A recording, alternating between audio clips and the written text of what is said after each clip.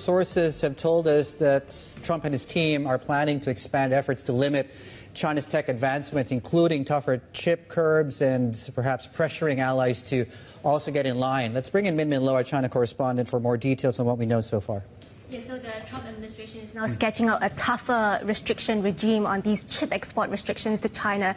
And Trump administration officials have been meeting with their counterparts from Japan and Netherlands to discuss ASML and Tokyo Electron's disallowing those engineers from servicing these chip-making gears in China. And of course, when this servicing is stopped, it could cause these chip-making gears to lose their functionality. And aside from that, they're looking at tightening the restrictions in terms of the exports of advanced chips to China, including restricting the sale of these specific chips designed for China to meet the pre-existing restrictions that have been imposed by the Biden administration.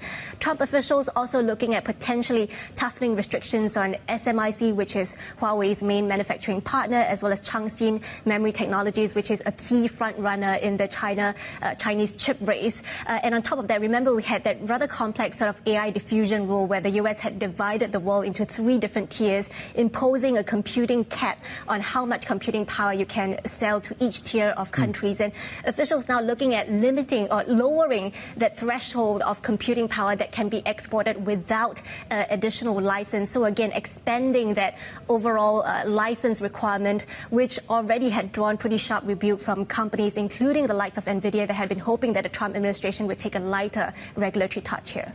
You see the SMIC, for instance, and it's been quite a stunning reversal for that name so far in the session.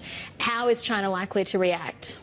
Well, I mean, this has been going on for so long, and there's just 2 competing narratives here, right? Whether that doubling down of restrictions on China will cause China to just pour in more investments and push ahead with more out-of-the-box innovation that have fueled the likes of the breakthroughs from DeepSeek, for example. And there's the other idea of whether that would actually curtail China's rise. And so far, we have seen some companies, the likes of ByteDance, even DeepSeek, considering ways to skirt around these restrictions without violating U.S. rules, for example, by looking at renting servers overseas in data centers in Southeast Asia, for example, that are powered by NVIDIA chips.